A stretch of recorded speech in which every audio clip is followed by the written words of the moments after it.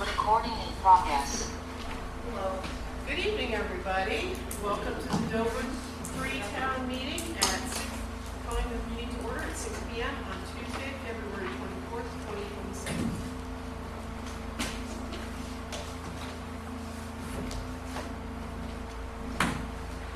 You're on. Okay, thank you, everyone. We're going to try something this year. I'm going to be a rock star. Yay for me. Hi, everybody. How's everybody doing tonight? This is a real cool tradition.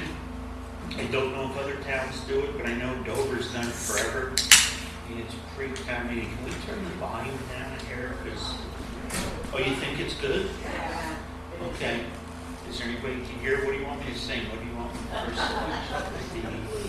So we're going to start off. There's been several requests over the years, and we actually tried mics, if you remember, when we were over at Mount Snow, and it was not the greatest setup. I think Andy's done really nice with this setup, so thank you, Andy, on the back for our town clerk.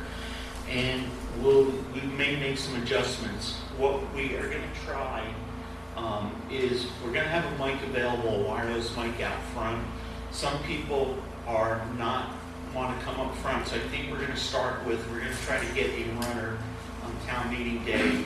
So if you don't want to speak into a mic, some people don't like to talk into mics because they're not rock stars like me, I guess. But anyways, people, if you don't want to speak into the mic, if Marco asks a question, how much is that going to cost me? And I can repeat it, we can do that. Or if you'd like to make a statement or something longer, we will have the mic brought over to you. And we're going to try that. And again, remember, it's going to be a little bit of experimentation, and maybe by the time we've got another 10 town meetings under our belt, we'll have it perfected. Hard to tell. So, is everybody okay with that? Does anybody want to speak into the mic? Not yet? Okay.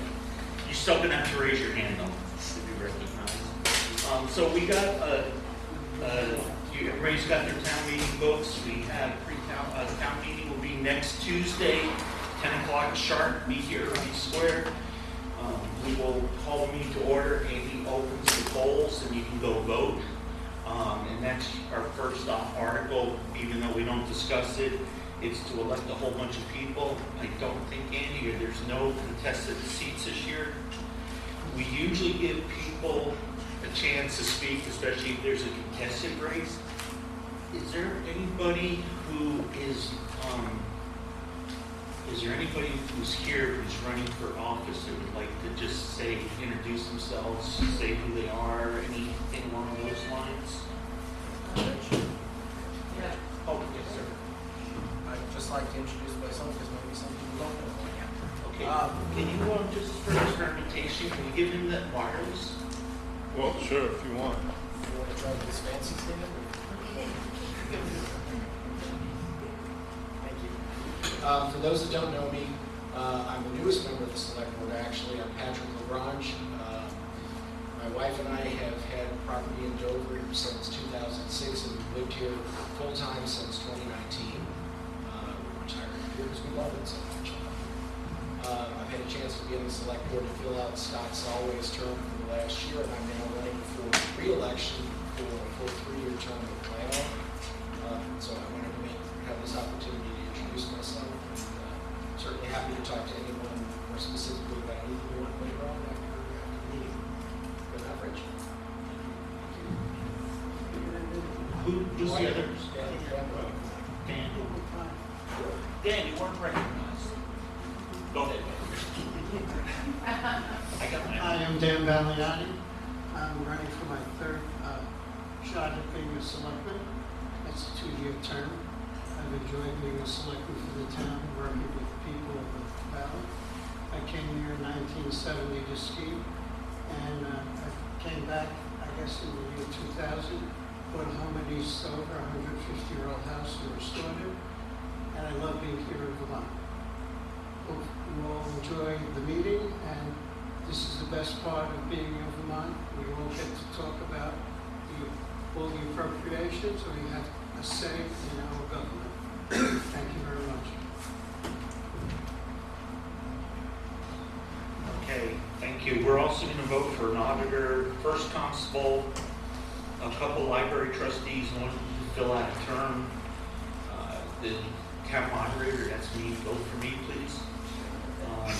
Select board member, 3-year term, 2-year term, and a trustee of public funds. So Article 2 is, shall the voters accept the annual report of the auditors and other town officers? So somebody will need to raise their hand, we'll recognize them, they'll read the motion. Probably if, I will repeat it after a motion's made and seconded. There is discussion, the person who makes the motion, the person that seconds, we've always given them the first ability to ask questions. The auditor's report, and the town officers are the town report book. And usually if you have any questions about anything, we try to get you answers.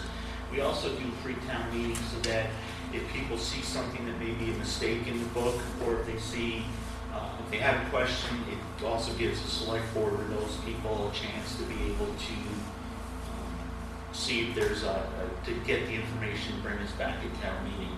And I also forgot, tonight we're on Zoom, so we have Joe and Kathleen.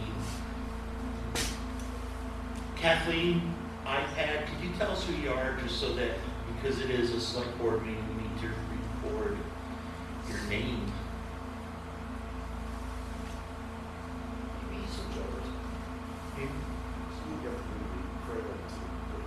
Well, no, she has to, when she's, She makes the noise. it's, hard, she's still muted. Hey, Tabby, could you just ask her? There she is. Kathleen? Yes. Kathleen Sakoshia. Thank you, Kathleen.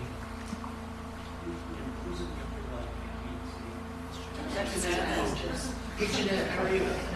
Okay, so are there any questions, any comments, anybody want to ask anything about the report of the auditors? Hearing none, Article 3 is a fun article. Shall the voters compensate town officers as follows? Select board chair, $4,500 annual stipend. Select board members, $4,000 annual stipend. Town treasurer, $5,000 annual stipend. Town clerk, $82,716.63. Town auditors, $22.47 an hour. Election officials, $20 an hour. All others, chairman, $17.50 an hour. Members, $16 an hour. And mileage based on the federal reimbursement rate for the month in which the mileage occurred. This is a tough one to have to move on because you have to read a lot. Any questions? Would you like to hear anything? Would the selectmen like to explain anything? The only change, the only change is the town clerk salary is a 3% increase. All others are the same as last year. Any questions, comments? Get to raise your hand. We'll pass you the mic.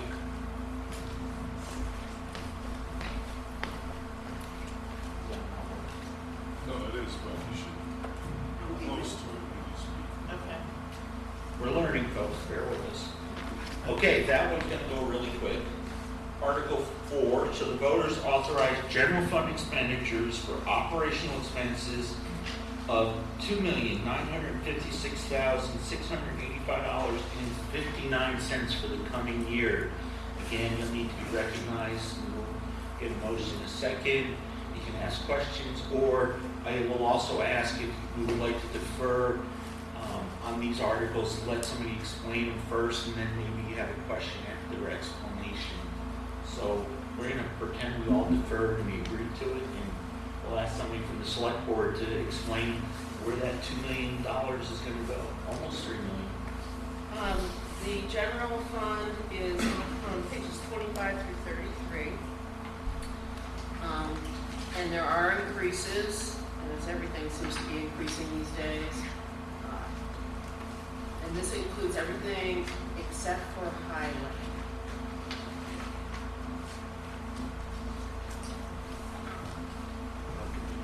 Yep. Okay, so are there, anybody want to play stump the select board chair? Anybody ask her a question she won't have the answer to? There you go. Congratulations, Vicki. You're unstumpable. Yes. Article 5, shall the voters authorize highway fund expenditures for operational expenses of $2,191,128.73 for the coming year? Pages 34 and 35. The highway department is fully staffed right now. And we're proposing a 6% raise for our highway department.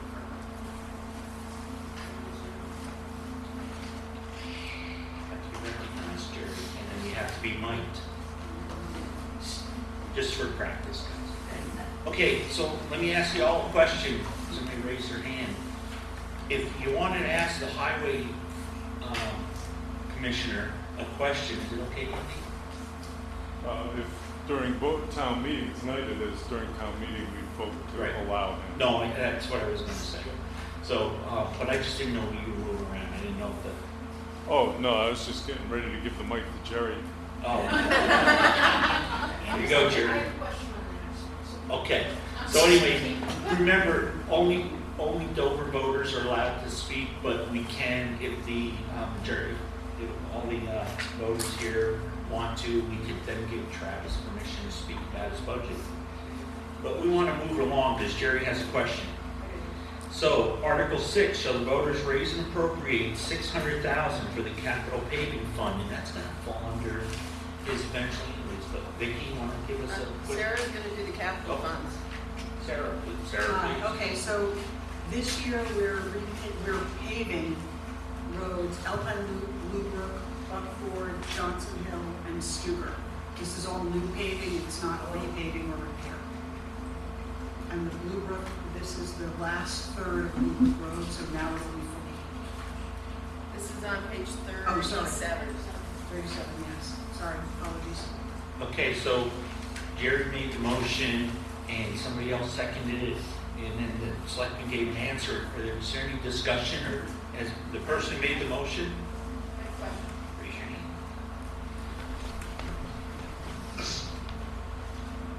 First of all, I'd like to preface my question to you, Travis.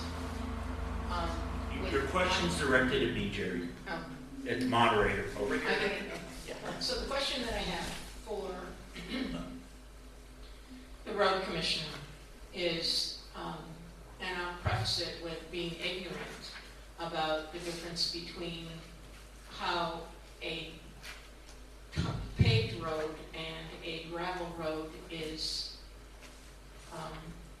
not done, but how they need to be fixed.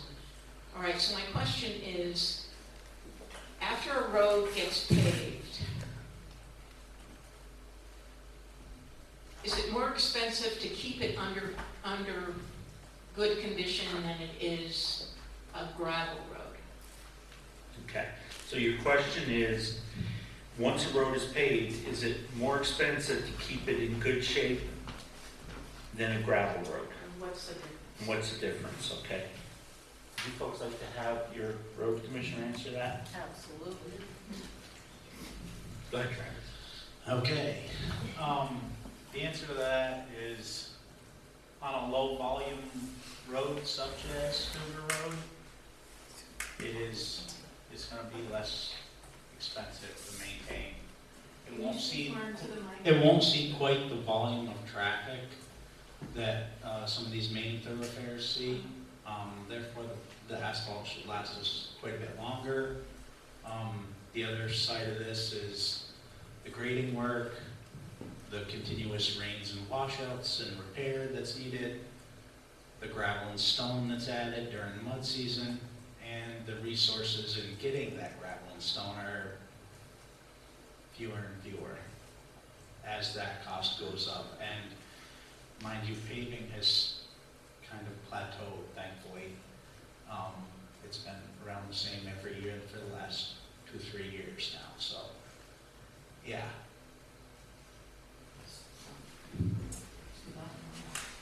Okay, so I guess Jerry's still got a question. What's the bottom line? She wants to know the difference between the cost to keep a gravel road maintained versus a paved road once they're done. Correct, Jerry? Yes. Yep. Once it's paved, we won't have to grade it, we won't have to chloride it, we won't have to put stone on it in the mud season, or gravel, or, you know, prior to paving, the ditch work and the culverts get replaced. So it should be good for a long number of years. So what does it cost to maintain a gravel road? Because that's kind of what I think that is the basis of the question. Sorry.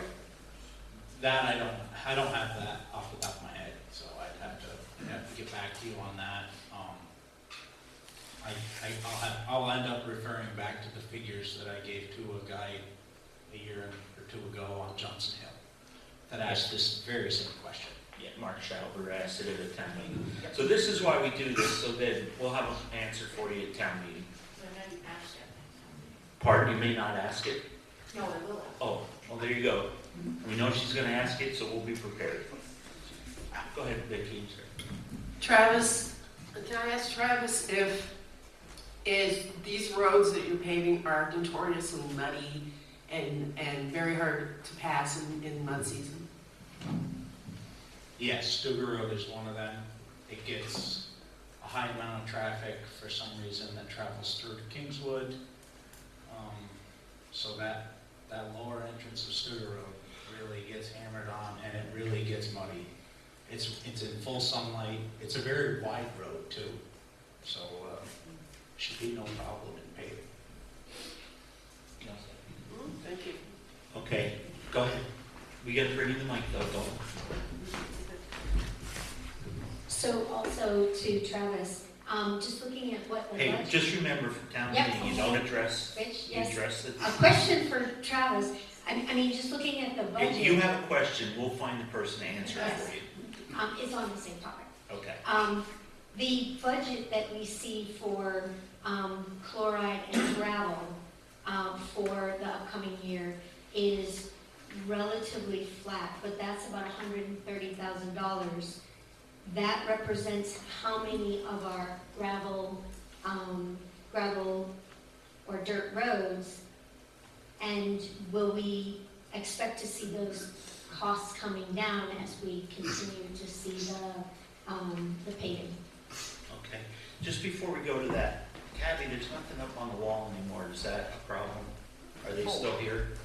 Oh, that's still here, sorry. Okay, I just want to make sure that, No, I don't know why it disappeared. Give me a moment, please. but as long as the people can hear, then we'll continue. Mm-hmm. So would you like to have Travis answer that also? Yes. So the answer to that is you won't see it go down, but you'll see it stay fairly level in the gravel aspect. Because we want to make sure that we cover our costs as gross cost and our resources increase, you know, for the gravel and everything and chloride.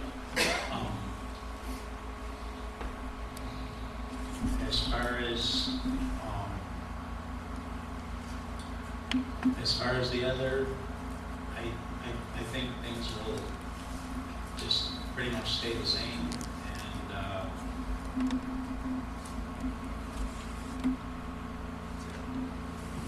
So I just, before we go back there, just want to also, the question has to be germane to the article under consideration. You guys you're starting to ask about maintenance, which was gravel and stuff was covered in the previous article about the authorized highway expenses. You asked about specific numbers for maintenance of gravel, and that was covered. Yes, the question was, as we pave more roads, which is cheaper, maintaining paved roads or gravel roads? And we see that we said. Sorry, hang on. This is new. She needs a mic. Oh, right. We're all watching you speak. Sorry.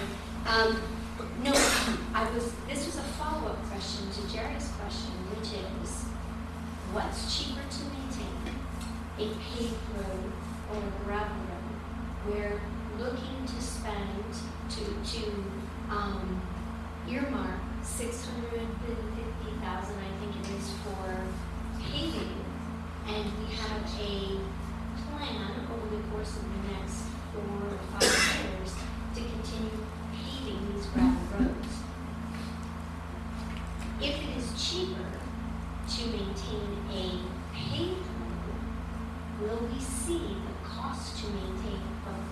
which is quite expensive and increasing every year, will we see that start to decline as we have more paved roads versus gravel roads? That's the question I think is germane to what we were talking about. Okay. Again, we can argue that at town meeting. Thank you. Is everybody got something in the back? And the other thing, Jeanette reminded me, you should state your name before you speak. This is less about costs.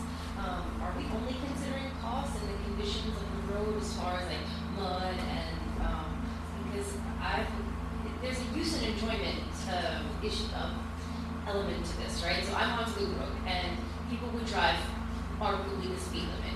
Now it's paved and it's scary how fast they come down that road. And I have kids and dogs and I just want you guys to consider that a little bit as far as it goes forward in the paving plan, because it's not just costs and gravel, and these are people's lives, and it's, like I said, I don't feel comfortable actually stepping out onto the road sometimes. So, thank you.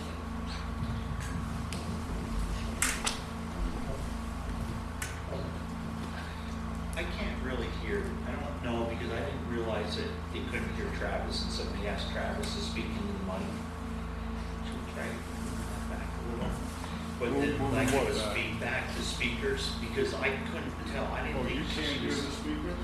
I don't hear them. You guys hear them? When you're speaking, Oh, I heard that. Yeah, I thought I could hear them. Again, I wasn't sure. I mean, I never heard. I thought Travis sounded the same as Dan.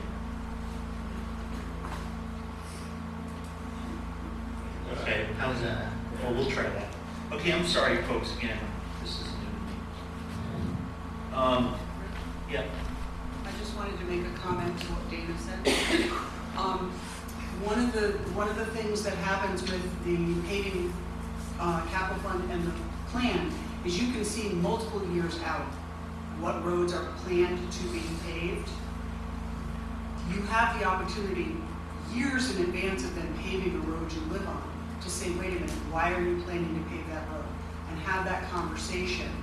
And there was some instance, wasn't there, where people on a certain road were able to get that road not paved because they brought it up early enough and they interfered, not interfered, they intervened in the process and had a say and changed it. So I would encourage anybody who's worried about their road being paved to look out. We've got the budget out to 2930 to look out and see if your road is on that list. And if it is, that's the time to go talk to Travis, ask him why this road, what else could be done, and use the process. That's one of the reasons we give you all these years out, so that people can ask those questions ahead of time.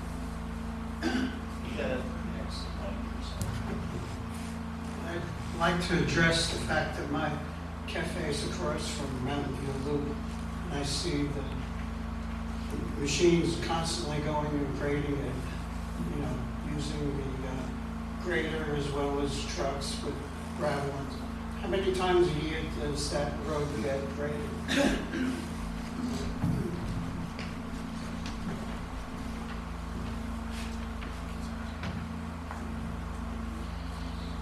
So Mountain View Loop probably gets graded, it depends on the mud season, usually at least 4 times a year, maybe more. It doesn't always see the chloride if it's wet or spring in or during the mud season, it'll pack back down, but during the summer months, it'll take a little bit of gravel in places and chloride, the whole thing, and yeah, grading.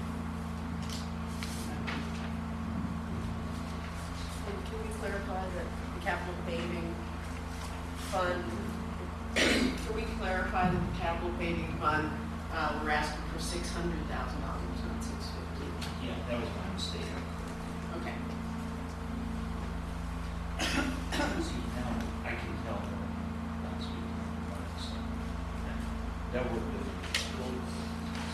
Is everybody all set on Article 6? We beat up 600,000, pretty good. No? Good. Ready to move along? Number 7, Article 7. Shall the voters raise and appropriate $650,000 for the capital equipment fund? See, I was an article ahead of you. So, any questions on that one? Sarah is going to speak to anything. Yes, we have a number of items on that list were not in the budget last year. Travis was able to, and correct me if I'm wrong, acquire some equipment at very reasonable costs that will have long-term benefits for the town, like the vibratory road roller and the guardrail post counter. Those were not in our budget last year. But you had not, am I correct? You had an opportunity to get these things at what was a reasonable cost and fit within your planned budget. Can you just, while we're waiting for the mic, can you give us what page? Oh, I apologize, I keep doing that. It's pages 39 and page 40 has the trade-in values on the items that are being replaced. These items have not been purchased yet. They are in lieu of this budget being approved. So I'm seeking the funding for these items. So these are new and we've never had them in your equipment lines before. Correct. They are new to us. One we will keep for basically ever, and the other I plan on buying a used piece, so it should last us for quite a while. Are you all set, Sarah? So the dollar amount is the same as last year. This dollar amount you're asking for, where you're getting 2 pieces of equipment in addition to what was being asked. We're also giving a used drug deck trailer for the tractor trailer.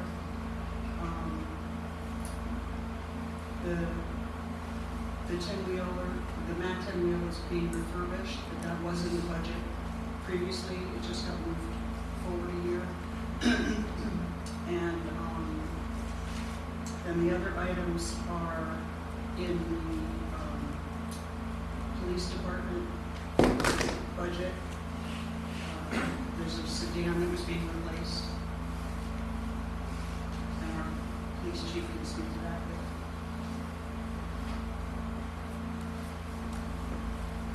So we replaced the Ford with the Subaru.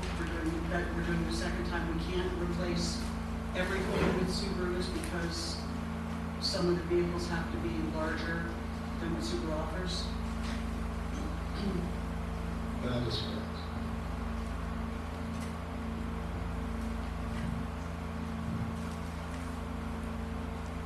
All set? Okay. Oh, Was wait. there any questions? Yep. You just do your favorite statement. That would be get practiced. Julia Lagrange. I have a question about the, I see the $650,000 that was warned for the taxes raised for the capital expense plan. What's the taxes raised for the ladder truck? How is that different? There was going to be a set aside, the ladder truck's going to be a huge expense. If you look out, it's 1.4 million. So the thought was to start putting aside a dedicated amount specifically for that piece of equipment. And we've had the conversation a few times. But it's, we need to start getting ready. The fire department has very graciously pushed off that purchase a number of times. But there's going to become an inevitable moment where we have to have it. And it's going to be a huge expense. Where do we see it in the? Oh, hang on. Why don't you hold the mic until you're done? Poor Andy's getting too many steps in. I'm sorry, where do we see it in the, is it separately warned, is it? It hasn't been warned for this year, it's starting next year. Oh, yeah. That's fine. Again, we're experimenting here a little bit, so everybody just have to bear with us. This is going to be new. I do notice when you drop the mic too much, too, we lose you. So we're just gonna have to, maybe we'll have Andy give us a singing lesson, hold the mic and then do the mic drop at the end. So, one of the reasons why we push this off is because of the next article, Article 9, we still have to do 8, which is the bridge repair, which is a short timeline project we're gonna have to do. Okay, is there any other questions about raise and appropriate $650,000 for the capital equipment fund, which is on page 39 and 40 of your book? If there's not, you have to forever hold your peace till next week. Number 8, Article 8, shall the voters raise and appropriate $80,000 for the capital building improvement fund? Sarah? That's on page 38. You remembered. There are a few items that were added from what we had planned last year, what have been added to this. The police station, we're adding an outside antenna and paving the parking lot. The town garage, we had planned on resealing the roof. We now are also replacing the in-ground tank monitoring system. The town hall, planting a largish evergreen tree out front. The town office, we had planned on carpet and interior paint, which was actually a carryover from last year. We're now replacing the exterior doors, the side step, and the exterior lighting. And then the fire department, the bunkering project, which we may ask the fire chief to speak on. Okay, so are there any questions on that? Anybody want to raise your hand and stump somebody? Oh, Jerry. I have a question. Just remember who you are. Yes, Geraldine Mullen. Thank you. I have a question on the capital building plan.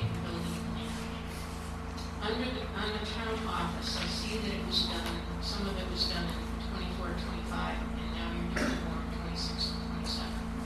And my question is, do you plan on replacing the carpet with carpet, or are you putting something else that's not a carpet? I believe we're planning on carpet. Says yes. Yeah. Jeanette says yes. Jeanette knows. But, Is it appropriate for me to ask not another question, but to make a suggestion? yeah, you don't. All right, you my got the- suggestion, looking at the carpet in the town office, particularly in the beginning when you come in, it's really dirty and it's ugly. And it would seem to me, my suggestion would be not to replace it with carpet, but to replace the carpet with something else that's durable, that's not slippery if people walk in there with chains on their feet to keep maybe not so on the ice.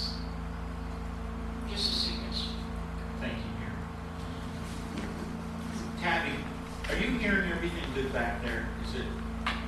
I'm not listening through the microphone system, but I can hear You guys in the from the back? speakers. We did a test, but I would ask people to please speak clearly into the microphone. Make sure you hold it up because people are fading in and out. So, Okay, that's what I was thinking because of the speakers. yeah, so. no, people are sometimes fading in and out. So please use the microphone so that other people can hear you. And we should have given you the microphone so we all could have heard you as well. My mistake. Any other questions on Article 8 about $80,000? That's good. Article 8, $80,000. That was good. Okay, then let's move on to Article 9. Shall the voters establish a reserve fund to be called the Bridge Repair and Replacement Capital Reserve Fund to be used for replacement and repair of bridges and funded with $100,000 from the general fund surplus in accordance with 24 Vermont statutes annotated section 2804. So we will, I think, Sarah, that's still under your belly with reserve fund, or with reserve funds? I wasn't planning on it, but sure. Well, is there somebody else who's going to speak to it? Okay, Vicki, thank you. So the state of Vermont told us this spring that the Bluebrook Bridge was in dire need of repair. We took a short-term approach to try to get it stabilized, which we did, but it is going to need to be replaced in 5 to 7 years approximately. The cost in today's dollars is $750,000. That, I guess that would be in like June 2025. So the price will be going up as well. So we felt we needed to start planning for the bridge replacement. And so we were asking for $100,000 for a new fund. And this would be good because this is not the only bridge, I'm sure, in town that probably is going to need additional work. And it's a very important bridge, the Bluebrook Bridge. Any questions for Vicki on the bridge? Sir, and we're gonna hand you the mic, stand up, state your name. William Oates. I live on Bluebrook Road, and I notice a lot of truck traffic that goes across that bridge to a lot across the road from our house. And I wonder if that could be limited, that deteriorates the bridge. And there is a weight limit on the bridge right now, so we're going to get with that or to solve our problem. I appreciate that comment, and we'll have our road commissioner investigate, and maybe he can talk to you about where this is and how big a truck it is. And going forward, when we replace the bridge eventually, I'm sure the weight limits will be considered as well. Thank you. Any other questions, comments, Article 9? Go ahead, in the back. So this 100,000, it's not in excess. Is this, am I correct in understanding that it's going to move from one fund to the other? That we're just reserving it at this point, or were we budgeting for another 100,000? We are creating, well, let me just back up 1 second. The capital building fund, last year we asked for $120,000, this year's $80,000. So there's $40,000 right there, but we are planning to create a building, a bridge repair and replacement fund, and having it warned every year. But that 100,000, it says here from the general fund surplus. So are we just moving it from like one account to the other, or are we budgeting for an extra 100,000? Yes. Okay. And just, again, I was hearing it more, if you move too much, the way it goes in and out, then we get too animated, so. No, Amy's gonna give them to us at the next town meeting. Okay, any other questions on Article 9? How about Article 10? Shall the voters raise and appropriate $306,605 for the Dover Free Library? Andy, can I recognize you? Yes, please, thank you. Hi, folks. This article has a typo in it, my fault. I apologize. I'm going to ask for a friendly amendment when this comes up at town meeting. If you turn to page 82, this is the library budget. You'll notice the bottom line says appropriation request. And you'll see the number $305,605. That's the correct amount. In the article, that number became 306,605. A typo, my fault. We'll need to amend that at town meeting. I don't see anybody from the library here tonight. So I would just like to bring to your attention another mistake. And I think they'll probably speak to it at town meeting, but just so you know when you're reading numbers if you're interested. And that is that somebody just told me about it today. It was that the appropriation for last year was written down as 291,294. And that is incorrect. The appropriation last year is in your minutes from last year, which are on page, oh my goodness, library, page 92, 93. Oh, okay, 269701 was what they asked for last year. You can see that on page 92. Those two mistakes with this article, I just wanted to bring to your attention. So, somebody that's been in town meeting for a long time, how's that all gonna work? Because in the book, it says 306, 605, so somebody will move that, there'll be a second, and then somebody will raise their hand and say what? What do you want to guess? I'll remember you next week with the jar of pickles meeting. Can you give Carrie the mic? She's gonna tell us. They're going to look at both numbers. The one that they're asking for, and then the other one they're going to ask. So there's gonna be a motion, right, for the 306, 605, because that's what the article says, and there'll be a second, and then you're gonna raise your hand, and what are you gonna say? I'd like to make an amendment to this particular article. And your amendment would be? My amendment would be. Right. Okay, good. And then we second that, and it's gonna be a two-part vote. We have to vote on the amendment. The amendment amends the article from 306, 605 to 305, 605, and then we have a vote on that. So just a little parliamentary wisdom. Everybody good with that? Any questions? We'll recognize Randy. Hi, Randy Capitani.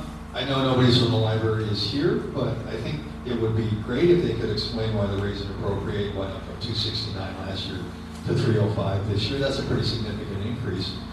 The year over year before that was 25,000, and now you're looking at, I'm doing quick math, 36,000.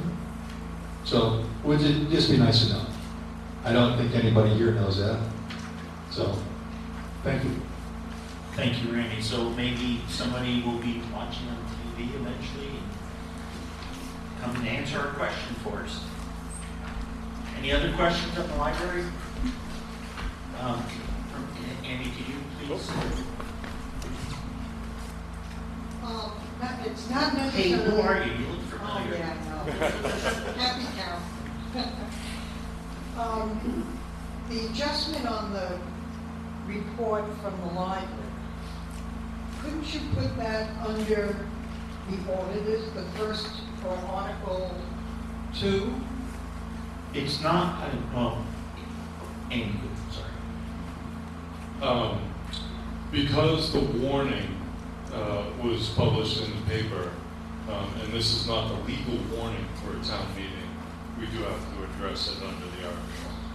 No, I think No, she's I speaking mean to this the one. other mistake you were talking about. The other mistake. Possibly, quite possibly, yeah, up to you. Well, I Richard. would say though, the auditors are just taking a piece of paper and putting it in the book. They didn't change it, correct? Okay, and they don't audit the library, do they? No, Okay. So I would say that it's probably just something that is a point of interest so that people are looking at real numbers, but I don't think we have to deal with that other than just an FYI. But you know what, I'll talk with Andy and Sarah before the meeting, we'll just see. And then if it's something that should be adjusted under Article 2, then we'll ask somebody from the library to come in and be able to explain. but thank you for that comment. Any other on Article 10 for 306, which would become 305?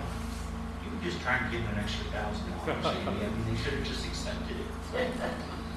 Okay, then let's move on to Article 11. Shall the voters raise and appropriate $30,000 for Deerfield Valley Rescue Inc.? And there's a report in the back of the book. I'm not sure on what page, but we'll have that for you. 107. 107, thank you, Vicki.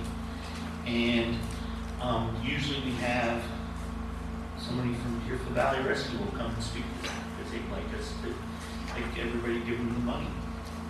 Any comments, thoughts, anything you need from? Same as last year. That's the same reports. Okay, thank you, Vicki. Article 12, shall the voters raise and appropriate $25,000 for support and services at home, SASH. And there's a report on one of the pages, and I have it just a second. I'm flipping back and forth. It's on 102. And usually we have Becky Arbella here to speak to that, and I believe she'll probably be here next week. If you have any questions though, or any comments now, I'll give her a little heads up. If not, good, let's recognize Jerry. Hang on. Practice makes perfect. Geraldine Millette, I'd like to know, I know one of the requirements to get SASH services is to be part of Medicare, but is there any way that people who do not have Medicare, who are over 65, can get services for SASH?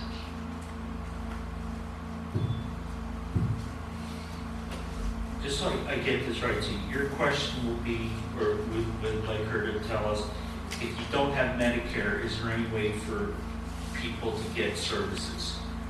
Okay. So about this time, we have people from under the Golden Dome usually come in, and we'll take a break, and we will have, I know we'll have Laura here at some point reporting out, and we may have a senator or two, I doubt it, but possibly. I did ask Laura if she could contact them because they don't seem to return my phone calls. And we heard, and you know, sometimes they'll call you and ask you, or has anybody from the select board heard any? It is hard when you look around and the mic doesn't move with your hand. So we'll work on at least seeing if we can get one senator. It used to be we had a senator, the two senators every other year they would swap out. So then we'll move after that question and answer session. We'll move on to Article 13, and I don't know when it's going to happen. It's when we show up. So the voters raise and appropriate $20,000 to the Dover Historical Society. I bet you we have somebody here who will tell you real quick about that.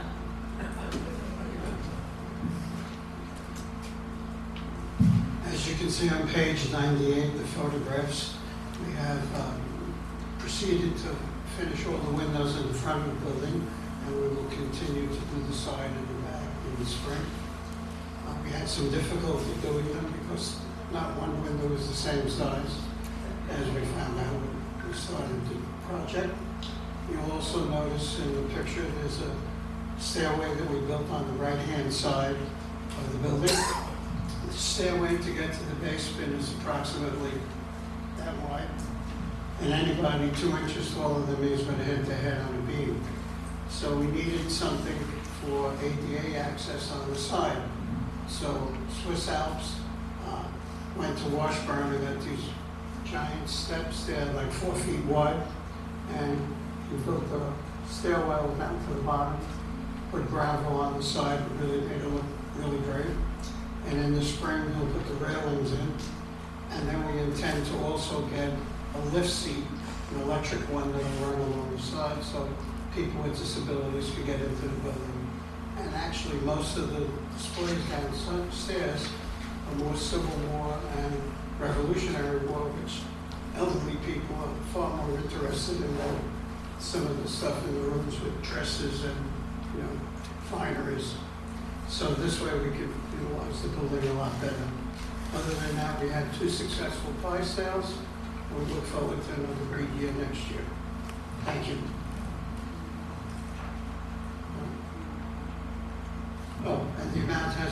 from last year or since the beginning when we asked the town for money. Dan, you failed the quiz. What page is your stuff on? 98. Oh, you did? I didn't hear him, so sorry. Excellent. You passed and I failed. Page 98. Any questions for Dan? Okay, and then Article 14, shall the voters raise and appropriate $10,000 for Southeast Vermont Transit, the mover, to provide transportation services. Vicki, This is the same amount that from the floor was amended. They had asked for $4,000 last year, and we gave them $10,000, so they would like to have $10,000 again this year. You started it. Okay. Any questions, any thoughts, any comments on the mover?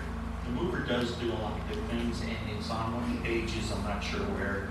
You always give a report, and Randy would like to speak if we give him the mic. Sure. I was just going to say, page 99. Rich didn't recognize me, but I am a board member of the SCBT. So I would just like to say on behalf of the board, thanks to the Dover voters for supporting us last year. And it's challenging times out there right now, mainly because of tight funding like everybody's facing. So we hope that the voters continue to support us. Medicare, transportation, on-demand rides, volunteer drivers have been on the rise. Fixed routes, like you see the mover up and down the valley, are tougher and tougher to fund. The mover had to cut a number of routes over the summer. A late night weekend run was cut. There used to be 2 buses that run through the Mount Snow base area. That's been cut to 1. So it's challenging times right now. So whatever the town can do to support the mover would be greatly appreciated. Thanks. Thank you for your service, Randy. How long have you been on the board? 6 years. 7 years. 7 years. You get a year off for good behavior now. Any? My house. Luckily, that wasn't into the mic. I don't think she heard you. Oh, yes, she did. Okay, so any questions about the mover? Jerry, hang on. Geraldine Billett, I'd like to ask a question about the mover. I'd like to know how much the mover gets from Wilmington or any other town that they service. Okay, so I think what we can do is, that's kind of putting somebody on the spot. So again, this is why we do this. So I bet you we'll have an answer next week if you ask that same question. Or the person who maybe wants to speak to it may have an answer. But, oh, go ahead. Rich, without looking, I believe the question was asked last year, and it might be in the minutes in the back of your report. Andy has a much better memory than I.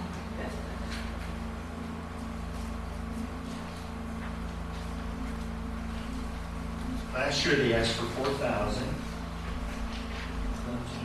4,000. We used to get 4,000 from the school. We no longer ask that at the school. So if you grant us 4,000, I don't. You don't see it? No, may not have made I the. might be remembering. Hang on. We got 2 other people that want to. Let's let Randy, because he may answer as a board member, and Marco has. I do not have the, I'm sorry, Randy Capitani. I do not have the Wilmington number off the top of my head. I do know they gave the full amount that was asked for. Do you have a number there? What is? $4,000, yes. And it varies by town to town. The town of Brattleboro gives $25,000. Hinsdale, New Hampshire, $15,000. Those are some of our bigger contributors. So again, part of it is degree of service, part of it is funding a route like the Hinsdale appropriation, or the amount funds a bus in the Walmart every day. So it varies. So anyway, hope that answers, or at least helps. I'm sorry, I didn't see that.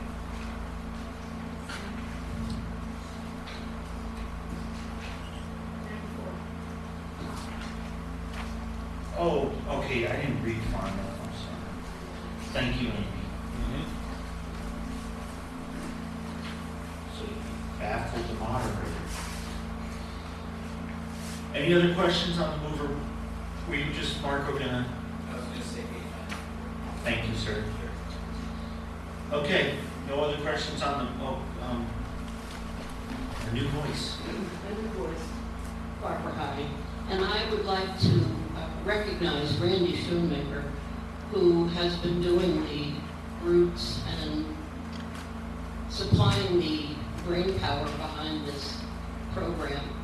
And I know he's retiring, and I would like to know if there's any recognition for him, or anyway, I would thank him personally.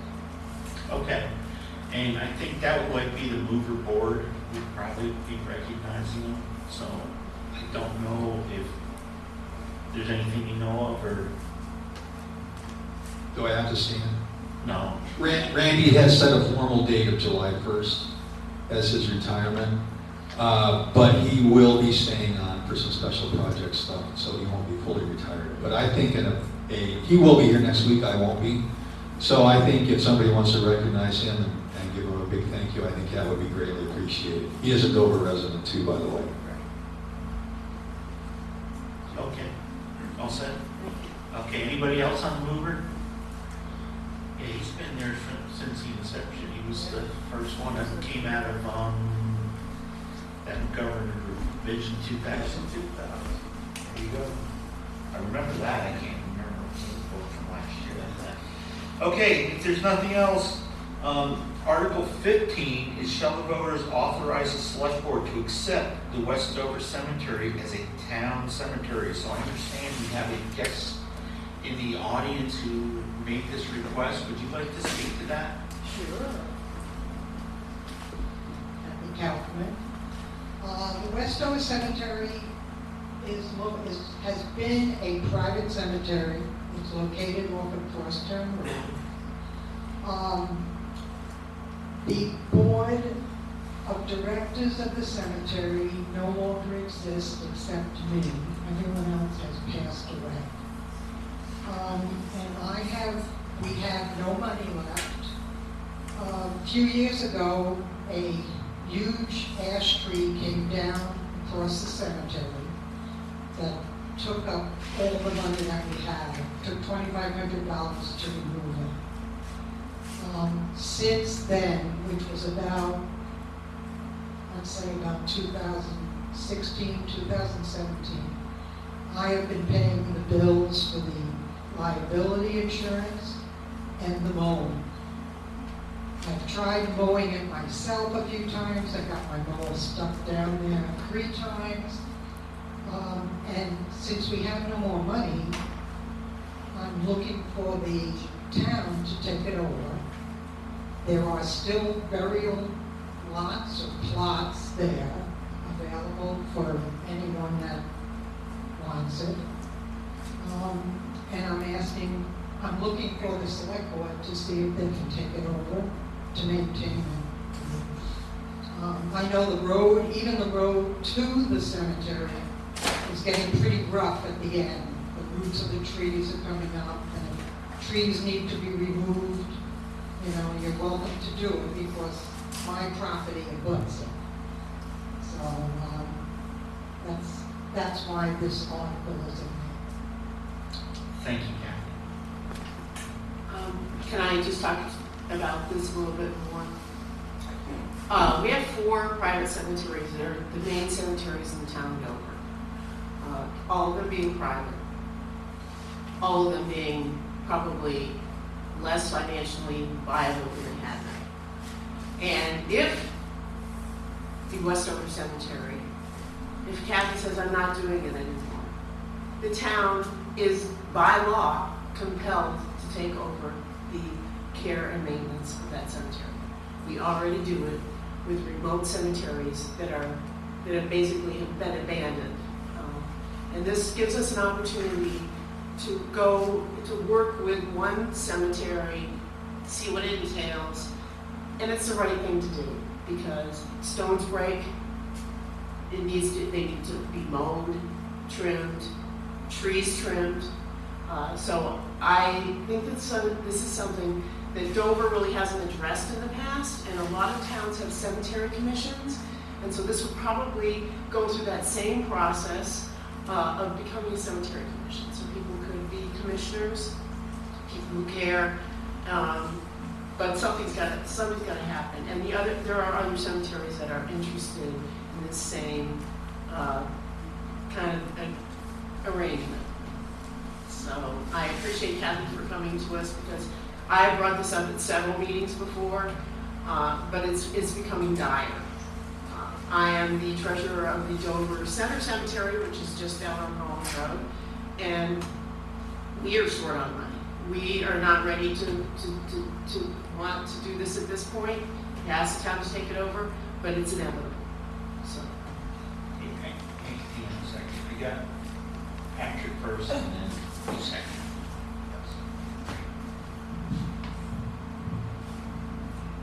So Patrick LaGrange again. Just to connect the dots, I think, Vicki, you mentioned the concept of the commission as something. This was actually something that came up in the discussions when we did the town plan, specifically the idea of developing a commission to really focus on a set of policies and practices in and around the assumption of cemeteries, knowing that we have this coming as an issue. So all of this is very consistent with what we've talked about, in terms of developing kind of long-term plans. Thank you, Patrick.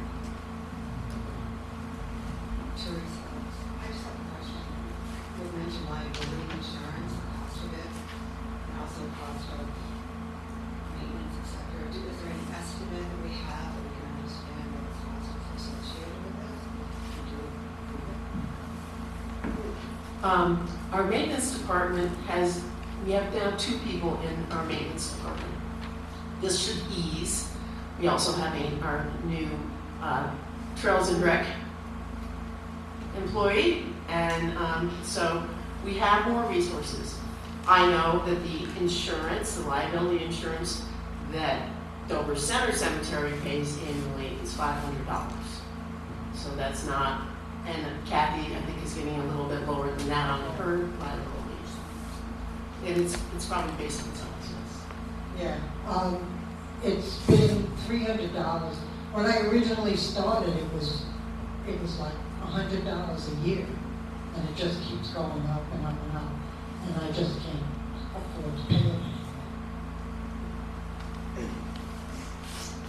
Are you all set? Okay, we'll go to Andy and then Mrs. Andy. Yeah, so thanks for taking care of it for so long, Kathy, at your own expense as well. I would just like to say that I feel this is one of the things towns should do.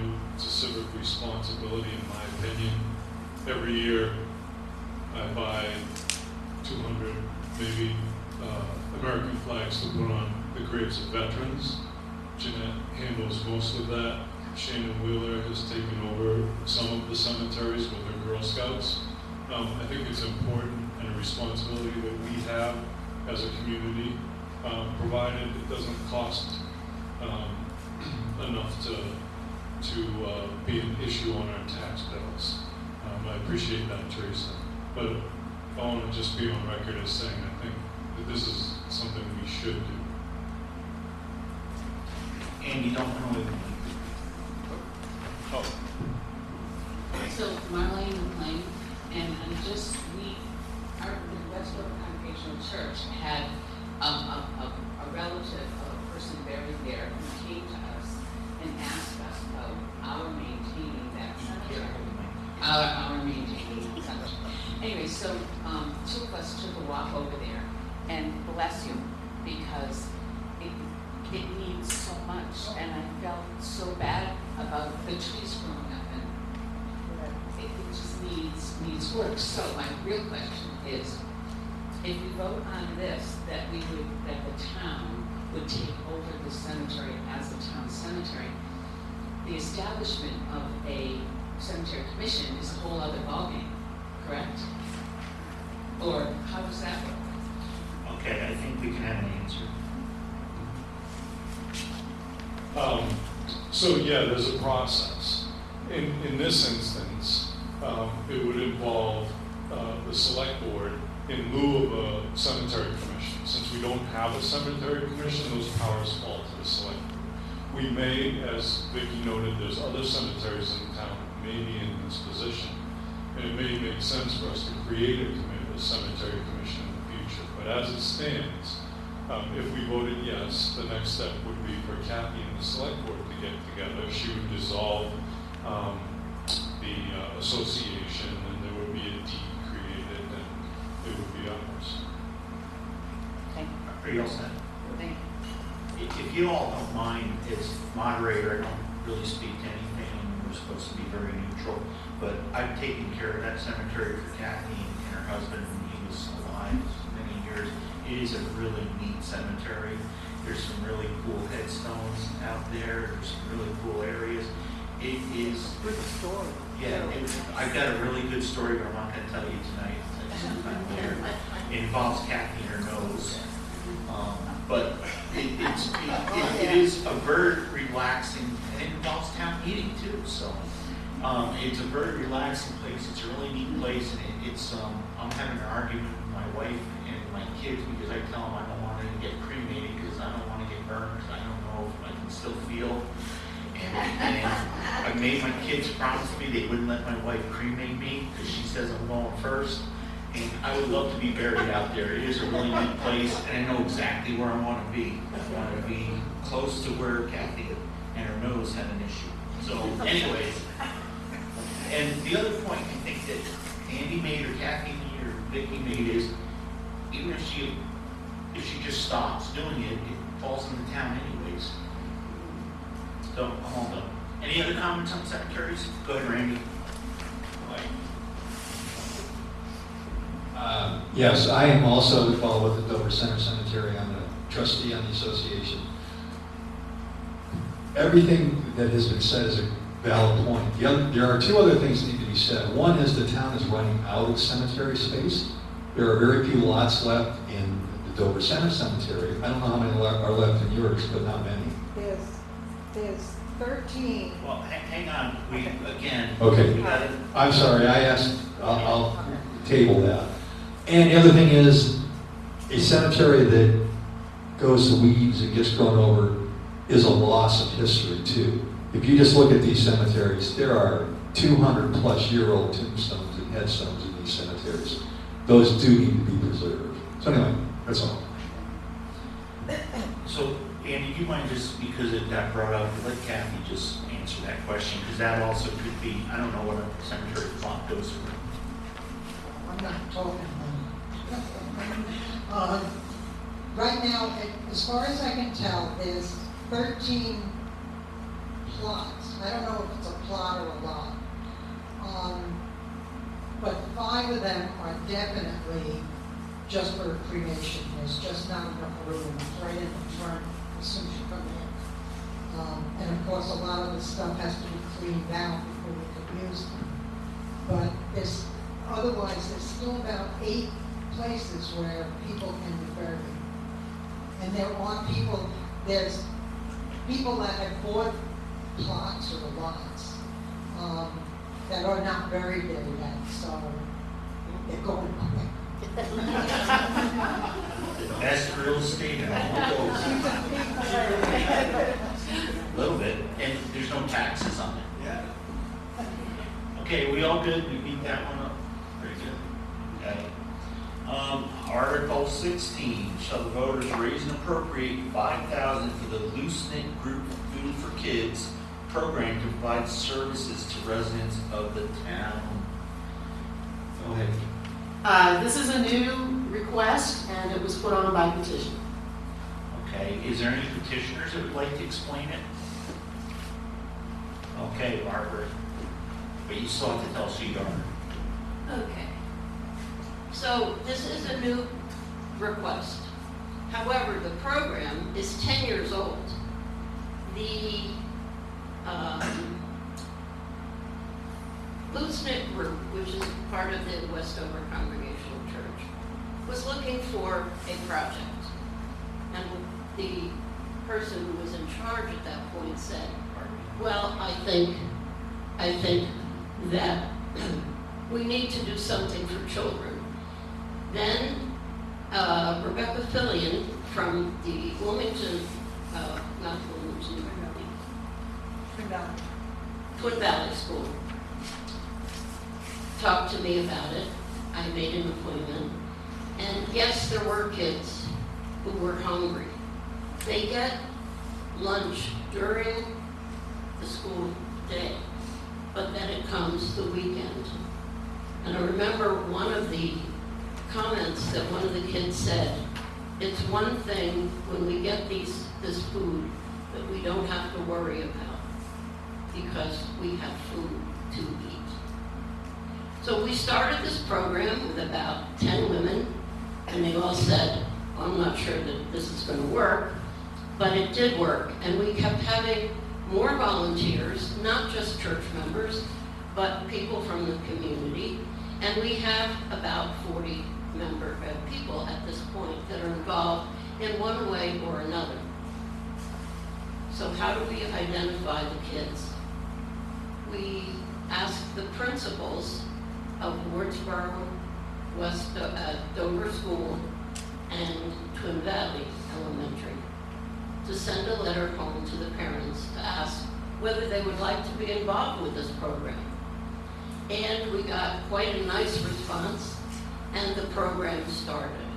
Of course, we had to get money for the food, and we did that by asking both church members. We ran ads in the, not ads, but a letter in the Deerfield Valley News a couple of times.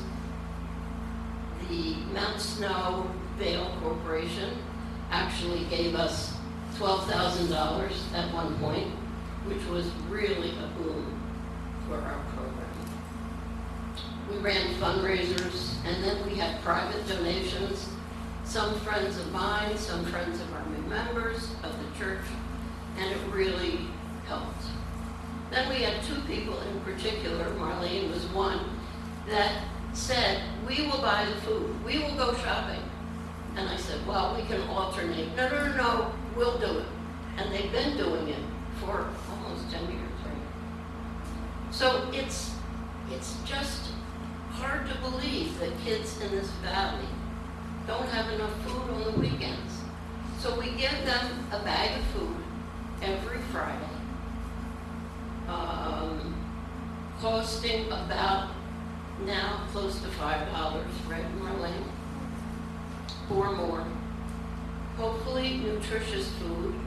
We cannot give them food that is prepared, but we somehow make it all work.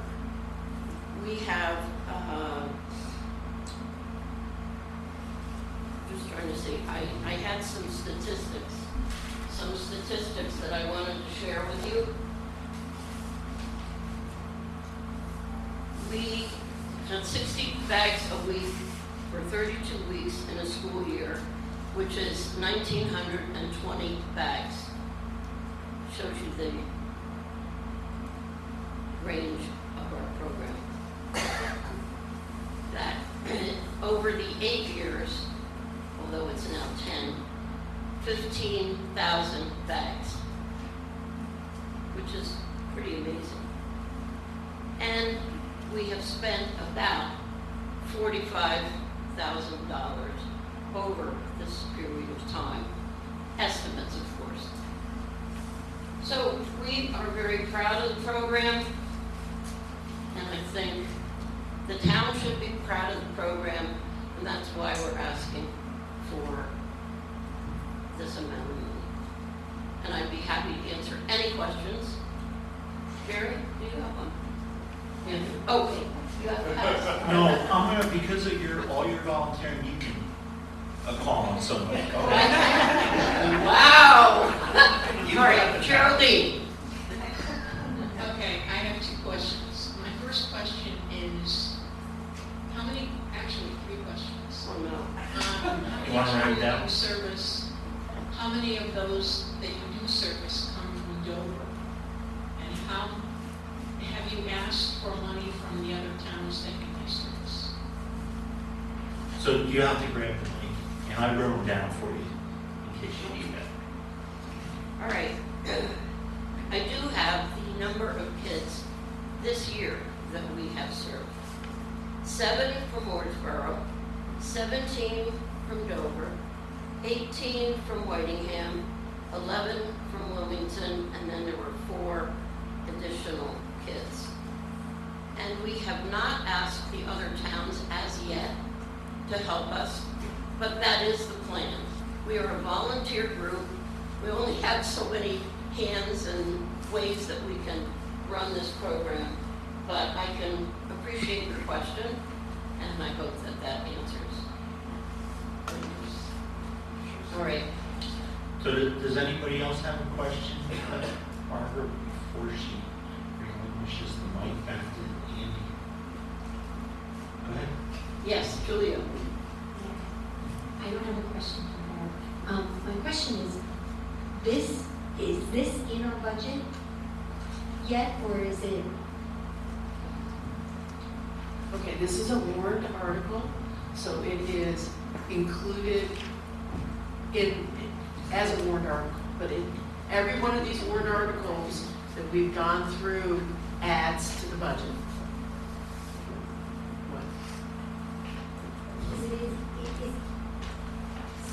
Is it in the appropriations? I couldn't find it. Just hold the mic and see. Go ahead, Paul. So, Julia, no. The appropriations in the budget are not warned individually in the warning, okay? The select board has a policy where if the appropriation is over a certain amount of money, it's warned in its own article, or if you haven't received an appropriation before, or in some instances, if you want to increase your appropriation, it requires you to get a petition of at least 60 voters, and it would be a separate article. All of the ones you see in the budget are voted on when we vote our budget. You're welcome. Anybody else for any questions, comments for Barbara? Very nice presentation, Barbara. Okay, now I got lost. No, not yet. I couldn't find that. Okay, so Article 17.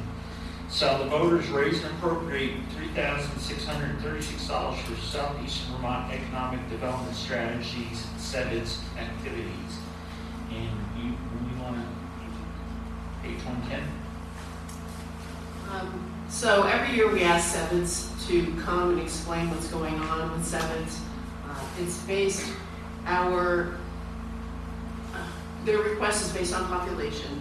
This year, it's up approximately $270 over the previous years. So somebody from SEVIDS will be here and speak about the programs that they're doing. We just think it's important because a lot of people don't get the opportunity to hear or see much about SEVIDS. So at town meetings, an appropriate time for the representatives to be here. Is there anything that anybody's going to want to know that maybe we should prep them for before we try to stop them? Cool, and let's move on to Article 18. Shall the voters authorize the select board to apply any surplus from the from the current fiscal year to reduce taxes in the next fiscal year? And I actually have a question on that. So in your previous article on the bridge, you say 100,000 from general fund surplus. So is that existing surplus or is that anticipated surplus? And would that affect this article? And do we need to account for that in this article? I think somebody else was kind of asking that in the back. Yeah, Dana was. So I think we should probably just maybe check on that. I think that came in some wording that we got, so we probably, Andy, should check on that and have that ready for how we. Yeah. This is how we created the last article, and I'm not sure but I can get with Marco and see where that money came from for last year's, or the year before's creation of a capital fund. And, yeah, we can do that. Last year, we used the ARPA funds that we had moved around to fund the fund that we created. There was one, I stole this language from another article, I'll find it and then figure out whether it was this current year's surplus that it was funded with. Or next year's, is that the question? Well, no, my question is yes. You're asking for any surplus at the end of this fiscal year to be moved towards reducing taxes in the next fiscal year. And above in the other article about the bridge, it says 100,000 from the general fund surplus. So last year, there shouldn't be any general fund surplus from last year because we voted to move it into the reduced tax, or did we just leave it there? Well, go ahead, you should give the mic to Marco can explain it. Marco, so it authorizes them, it allows them to do it, doesn't mean they do it. So if they don't, it sits in the general fund balance. So they could take that 100,000 with what's in there now. You're just taking it out of one asset account to another, or wait for the new surplus. There probably will be one because they do such a great job at the budget that there's a surplus. Okay, so hold on to that mic for a second. So I have last year's town report here. So last year, we did have the ARPA money, which was 165,000 and change, and we did put that into the Town Hall Library Well Capital Reserve Fund, a dedicated fund, and we had to put a number to it. So that's what we did. So, and then we could explain the surplus, how much surplus there was from last year. 500,000, 400,000 in the general fund, 100,000 in highway. And then did that get used to reduce this last tax bill? No. So that it could be last year's surplus or this year's? Yes. Okay. Does everybody get that? Because I won't say anything like that next week. Okay, thank you, Marco. You're welcome. Are there any questions on that? And this is a standard article, kind of, it's boilerplate. I think it's in every annual, or every town meeting, which is the same as the next one. Shall the voters authorize the select board to sell properties which a town has acquired by gift or through tax sales? No questions, no comments. Actually, Andy, can you bring the mic up to Jerry? Jerry Gillette, I'd like to know, I ask this question every year, but when a piece of property comes up to be sold, that's given or to acquire, before you sell it, who do you go to ask? For example, if it's a piece of property that we need for open space, or if there's certain birds that are endangered who might be nesting there, do you seek any other information before you go to sell a piece of property? Just hold on. Oh, you want to speak? I'm sorry. Okay. So Jerry, a lot of times, if somebody becomes interested in a piece of property we've acquired at tax sale, we wind up with it because nobody's interested in it, right? But if somebody becomes interested, they approach the select board, and the select board can initiate a bid process and sell it.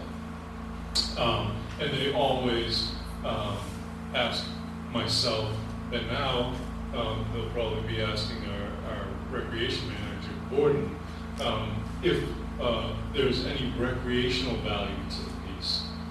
Personally, I always look and make sure that it's not something that will be developed and is in the sensitive wildlife overlay district or wetland or whatever.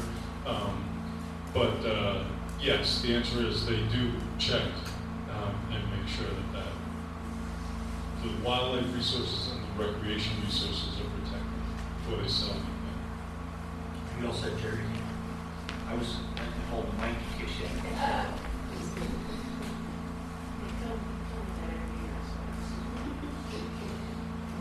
Well, it's good because how many people have never been to a pre-town meeting or a town meeting before? Anybody? Anybody want to admit it? Here you go. First one. Congratulations. You'll get a pickle jar if you come. Pardon? I'll tell her, make sure he shows up.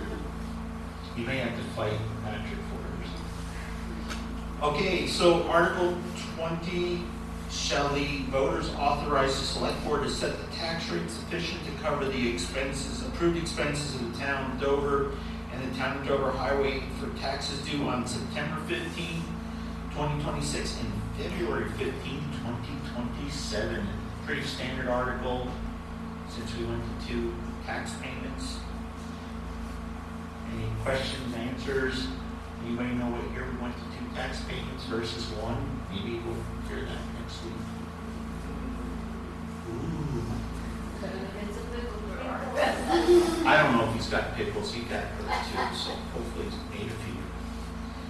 Okay, Article 21. Shall the voters authorize the select board to borrow money in anticipation of taxes? Here's another good question. When was the last time the town of Dover borrowed money to cover their taxes?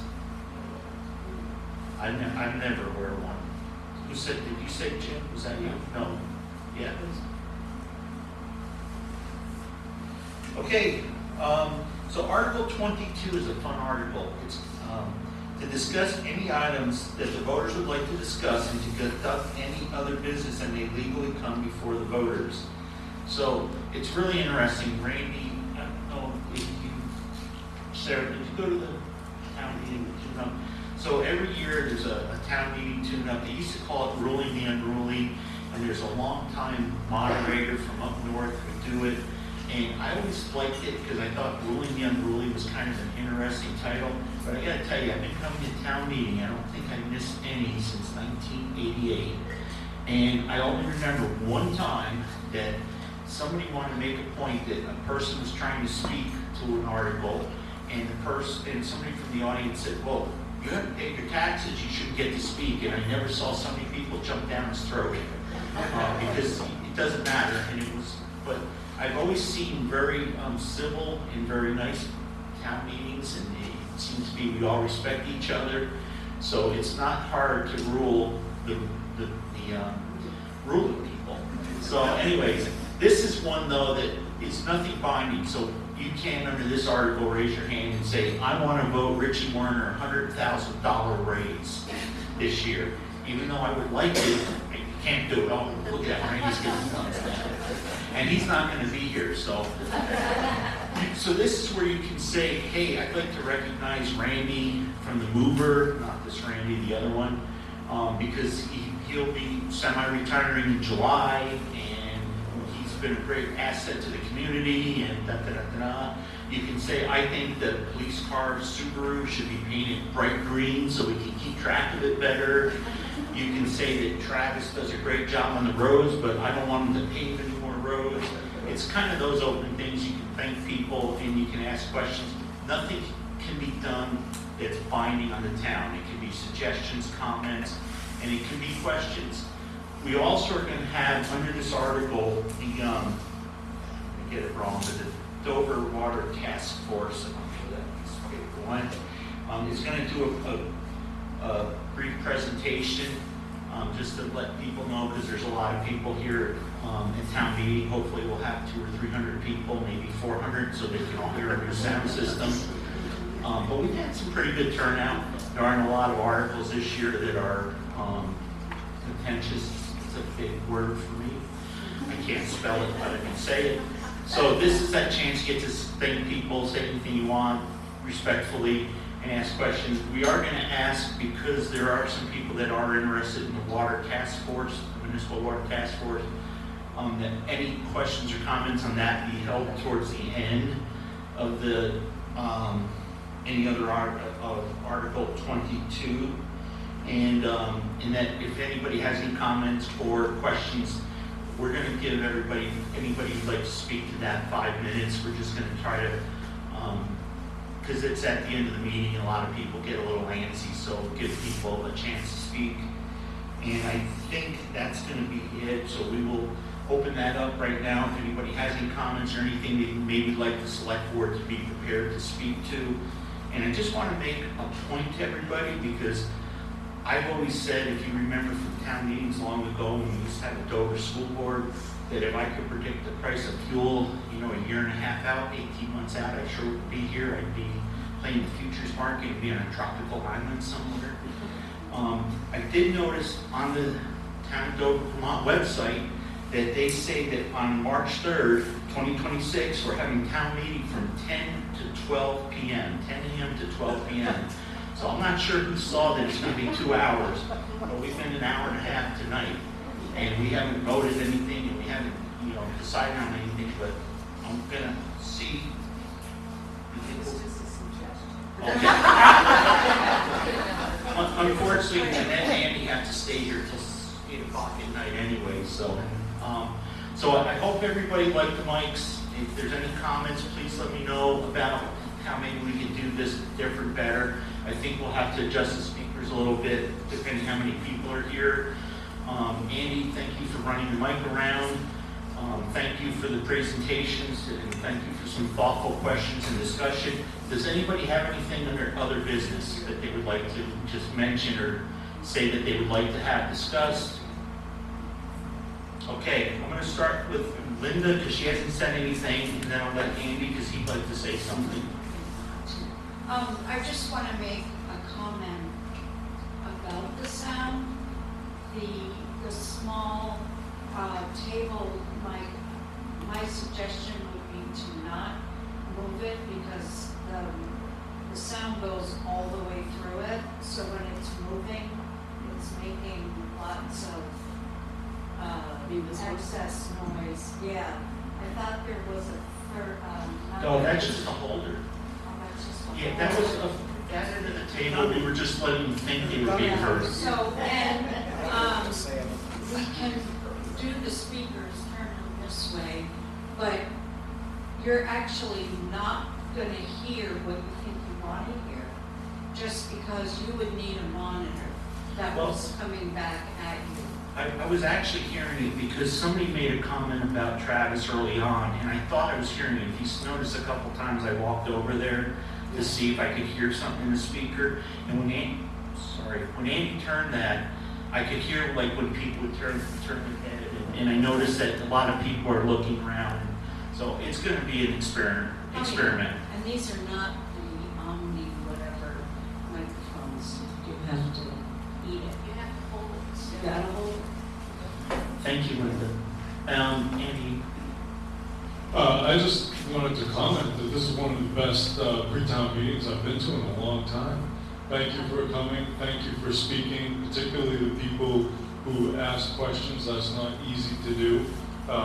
It's not easy to stand up and be heard, particularly if you think, your opinion is not welcomed by a person in the room whom you're asking a question to, or it's hard to speak in public, and you guys did a great job. And that's what we're here for, is to answer your questions, everybody. And I appreciate it. Thank you. Anybody else? Because if not, we have to go to the last article, which is Article 22, which is a motion to adjourn. So I always was told that motion to adjourn doesn't need a second. You have to vote on it. I actually stand corrected. A motion to adjourn does need to be made. It does need to be seconded. There needs to be a second, but there is no discussion. It has to go right to a vote. So if somebody makes a motion to adjourn and it gets seconded, it gets voted on. If you don't want to adjourn because you still have something to say, you have to vote against it, but it's a majority rules. That's it. Everybody good? Then I'd like to ask for a motion to adjourn. Second. All in favor? Aye. thank you, everybody.